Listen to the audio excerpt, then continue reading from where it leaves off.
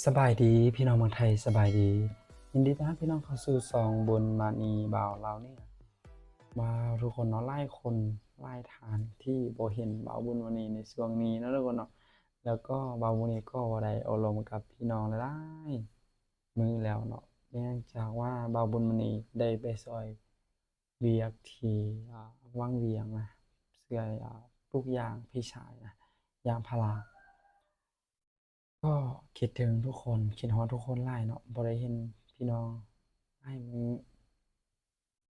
ในการที่บ่าวมื้อนี้ไปก็เจอผจญภัยเส้นทางโอ้โคตรแบบว่าทางไปไร่ไปนาแบบโคตรเปื้อนเลยเนาะช่วงฤดูฝนตกนี่แบบไปยากเลยอะก็เลยว่าแล้วก็บ่มีสัญญาณอีกเนาะบ่ได้ละออนบ่ได้ LINE อิหยังบ่ได้ติดต่อหาผู้ใดเลยเนาะช่วงที่ไปอยู่ป่า เลยบ่ได้เฮ็ดคลิปบ่ได้ทำคลิปหลายๆมื้อแล้วมื้อนี้นะทุกคนเนาะบ่าวบุญนี้ก็ได้เห็นคลิปของบ่าวโบซึ่งคลิปของบ่าวบุญวันนี้ก็ได้นำคลิปของบ่าวโบส่วนมากเลยนะที่ได้นำมารีแอกชันได้มานำเสนอเกี่ยวกับอ่าคลิปต่างๆเนาะได้นำเสนอให้ทางบ้านบ่าวบุญมีได้เห็นอ่ะ แล้วมื้อนี้เบานี้ก็ได้เห็นคลิปในการที่บาโบไปทางไปป่านะทุกคนหรือว่าทางไปสวนนี่แหละก็คือ เบามื้อนี้กลับไป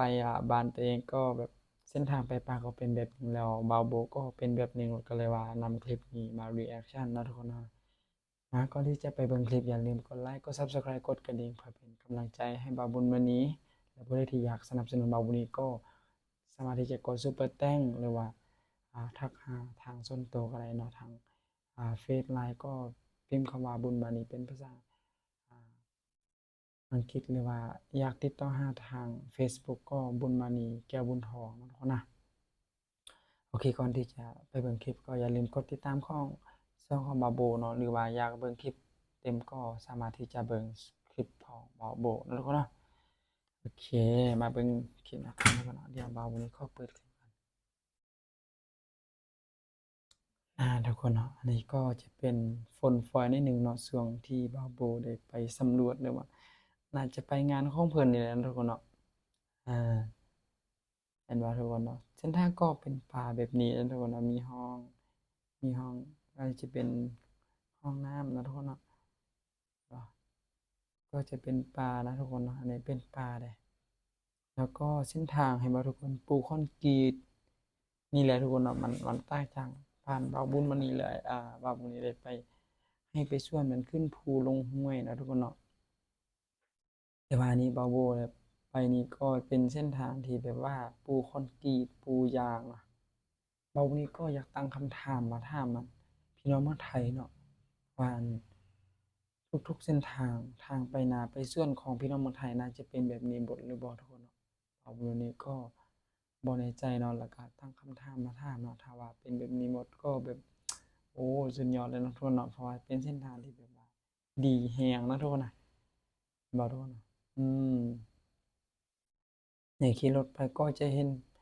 ภูผาประมาณนั้นเนาะทุกคนเนาะก็เป็นสิ่งหนึ่งที่บางผู้นี่ภูมิใจหลายเนาะในการที่พี่น้องเมืองไทยได้มีเส้นทางที่แบบนี้เนาะทุกคนเนาะบ่เห็นหมู่บ้านเนาะทุกคนบ่เห็นหมู่บ้านเลยเป็นเส้นทางไปป่าไปสวนแท้ๆแบบนี้เนาะแต่ก็ยังได้ปูคอนกรีตเพื่อความสะดวกสบายให้เพิ่นเนาะทุกคนเนาะ หรือว่าเส้นทางนี้จะเป็นเส้นทางที่แบบว่าไปหมู่บ้านน้อยๆบ่ทุกคนเนาะในก็บ่แน่ใจคือกันเนาะคลิปของบาโบเราก็รับชมไปพร้อมๆกันแบบนี้เนาะทุกคนเนาะอ่าเส้นทางไปป่าแท้ๆเลยเนาะทุกคนเนาะเห็นบ่มีซอยมีหยังเข้าไปก็เป็นเส้นทางที่ปูคอนกรีตโอ้โฮนี่ก็จะเป็นสวนยางว่าเนาะทุกคนหรือว่าบ่แม่นเนาะทุกคนเนาะบ่แม่นสวนยางซึ่งจะเป็นเส้นทางน้อยๆเนาะแต่เป็นเส้นทางที่มาตรฐาน นั่นนี่แหละทุกคนเนาะบุญมานีมักเมืองไทยเลยล่ะมักเส้นทางหลักๆก็คือเส้นทางถนนอ่ะเพื่อไปมาสะดวกเนาะเฮ็ดให้ หลายๆคนได้รู้จักเมืองไทยขึ้นแล้วทุกคนเนาะในการไปซอยนั้นซอยนี้ไปหมู่บ้านนั้นหมู่บ้านนี้เส้นทางสะดวกนะเห็นบ่น่าจะเป็นทางหมู่บ้านเนาะทุกคนเนาะตามที่เบิ่งเพราะว่าก็เห็นรถจักรยานเนาะจักรยานเบิ่นจักรยานมอเตอร์ไซค์นะทุกคนเนาะเห็นมอเตอร์ไซค์มาโอ้ทุกคนอันนี้แหละเป็นสิ่งที่คนไทยภูมิใจนะภูมิใจแทนคนไทยเลยเนาะเพราะว่าเส้นทางการไปมาทุกอย่างมันสะดวกเนาะสะดวกสบาย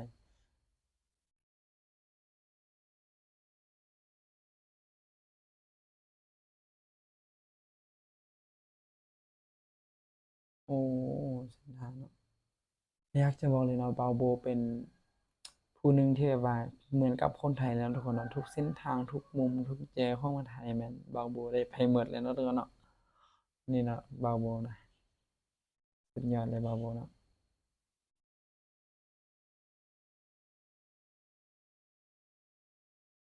ทุกคนเนาะก็จะเห็นหมู่บ้านก็ติดแคมทางเนาะติดแคมทางก็จะเป็นมี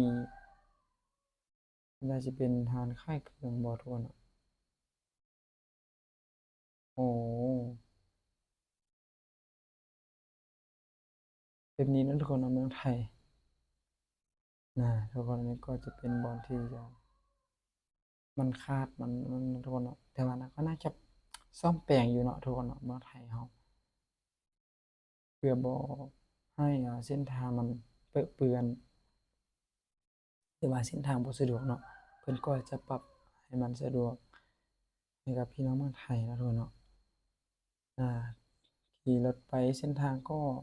จะมีเสาไฟฟ้าไปด้วยนะทุกคนนะอ่าสำหรับบ้านเบาบุรีเนาะไปสุดก่อนนี่มันได้ซื้อไฟฉายเนาะ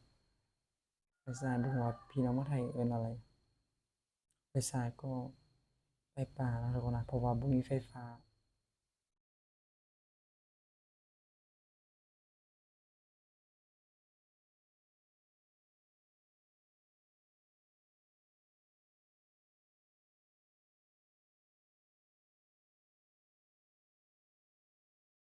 อืม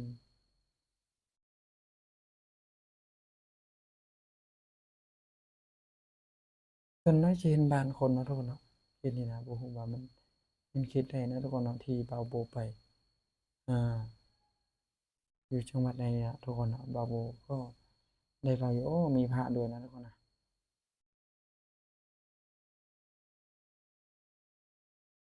โอ้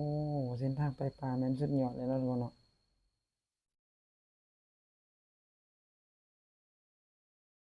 เส้นทางก็จะเป็นเส้นทางที่แบบว่าซื่อๆเนาะทุกคนเนาะบ่ขึ้นภูบ่ลงห้วยอิหยังเลยอะบ่ขึ้นภูบ่ลงห้วยเนาะในการที่ขี่รถไปว้าวสุดยอดเลยเนาะ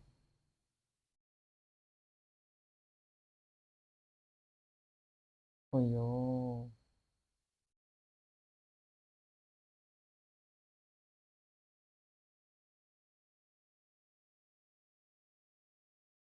งามแรงเนาะทุกคนเนาะเส้นทางไปป่าเมืองไทยสุดยอดจริงๆเลยบอกได้คำเดียวว่าสุดยอดเนาะแล้วก็เส้นทางไปป่านะอยากตั้งคำถามมันพ้องขนาดนี้เนาะทุกคนเนาะแบบว่าปูคอนกรีตเนาะใช้งบประมาณแบบหลายเลยนี่เนาะใช้งบหลายแรงเลยนะขี่รถไปก็ใช้หลายกิโลเติมเนาะเบาโบได้ขี่รถไป แล้วก็เชื่อว่างบที่เพิ่นสร้างก็น่าจะหลายเช่นเดียวกันเนาะทุกคนเนาะอืมฝนตกมาแล้วก็โอ้บางมุกก็ขี่รถไปชมบรรยากาศไป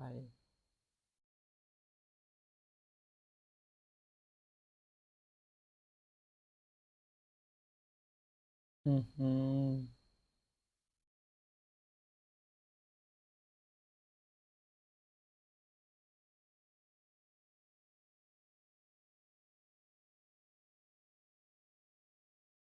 ไอ้ยาทุกคนงามแรงเนาะ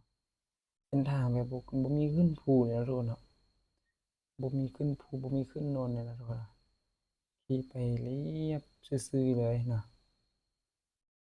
แบบท่องเพียงบ่แม่นซื่อๆนะทุกคนท่องเพียงไปเลยถนนเมืองไทยนะทุกคนเนาะโอ้โฮสุดยอดจริงๆเลยทุกคนเนาะบ่าโบขี่ม้าหลายกิโลเติบเนาะทุกคนเนาะบ่เห็นหมู่บ้านเนาะจะเห็นแต่ป่าอย่างเดียวเลยนี่เนาะพวกมันก็แบบตั้งคำถามว่าเอ๊ะเมืองไทยนี่แบบถนนอยู่ป่าแบบเป็นหยังต้องปูคอนกรีตงามๆแบบนี้นะทุกคนเนาะแม่นบ่สุดยอดเนาะทุกคนเนาะสุดยอดเลยเมืองไทย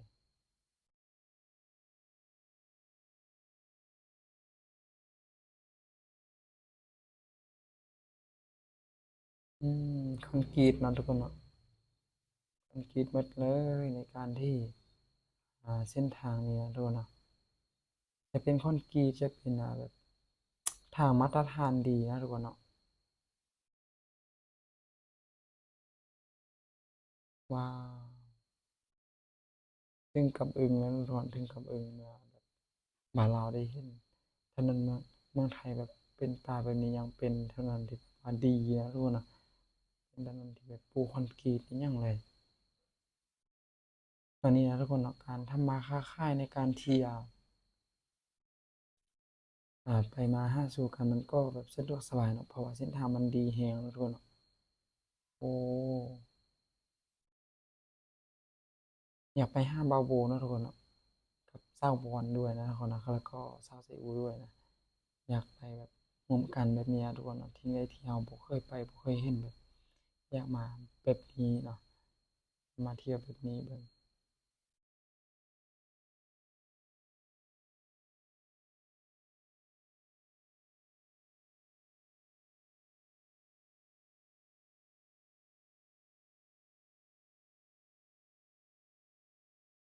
ระยะ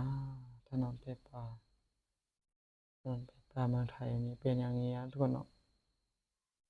ไปแล้วโอ้หรือว่ามันเป็นทางไปกระท่อมบ่ทุกคนเนาะแม่นบ่ เพราะว่าแบบบ่เห็นหมู่บ้านแล้วทุกคนเนาะบ่เห็นหมู่บ้านคนเลยแล้วบ่ว่าบ่นี้ก็แบบตั้งคำถามเลยอ๋อนั่นเจอเส้นทางใหญ่แล้วทุกคนเนาะก็น่าจะเป็นถนนแบบต่างจังหวัดต่างอำเภอนี่แหละทุกคนเนาะเห็นบ่ถัดไปทางหน้าเนาะถัดไปทางหน้าก็จะเป็นเส้นทางปูคอนกรีตเต็มนะทุกคนเนาะโอ้สุดยอดเลยนะทุกคน